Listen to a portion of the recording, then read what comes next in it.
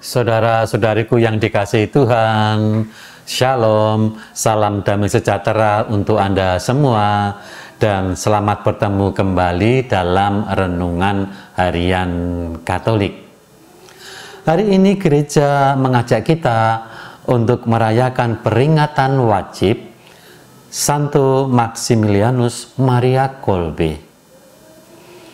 Ayat emas yang saya pakai adalah ayat 15 dan 18 dari Injil hari ini, yaitu Injil Matius bab 18 ayat 21 dilanjutkan sampai dengan ayat 19 ayat 1. Ayat 15 dan 18 berbunyi demikian. Kemudian datanglah Petrus dan berkata kepada Yesus, "Tuhan, sampai berapa kali aku harus mengampuni saudaraku jika ia berbuat dosa terhadap aku?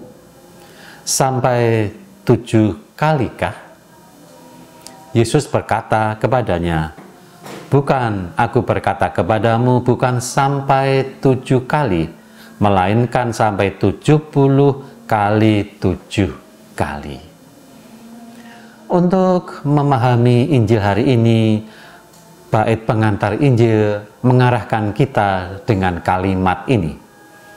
"Sinarilah hamba-Mu dengan wajah-Mu, dan ajarkanlah ketetapan-ketetapan-Mu kepadaku." Maka gereja mengajak kita untuk mendalami, memahami, dan melaksanakan ketetapan-ketetapan Tuhan dengan penuh iman, sukacita, dan ketekunan. Maka ketika kita diminta untuk mengampuni bukan hanya sampai 7 kali, tetapi sampai 7 kali, 70 kali 7 kali, perintah ini memang terasa berat, tetapi kita harus melakukannya dengan penuh ketekunan.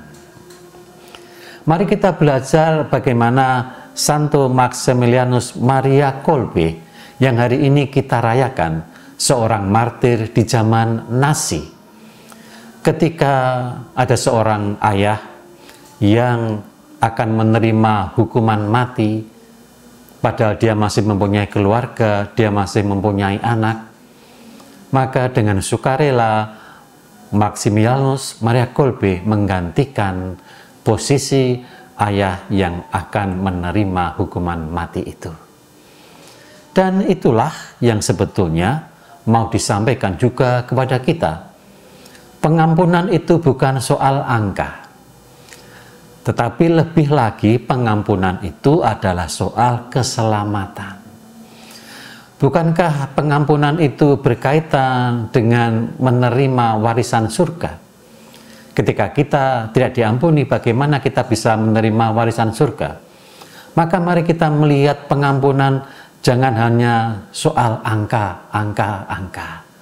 tetapi berpijak pada sebuah pengalaman iman bahwa pengampunan itu bukan soal angka, tetapi pengampunan adalah soal rahmat keselamatan umat manusia.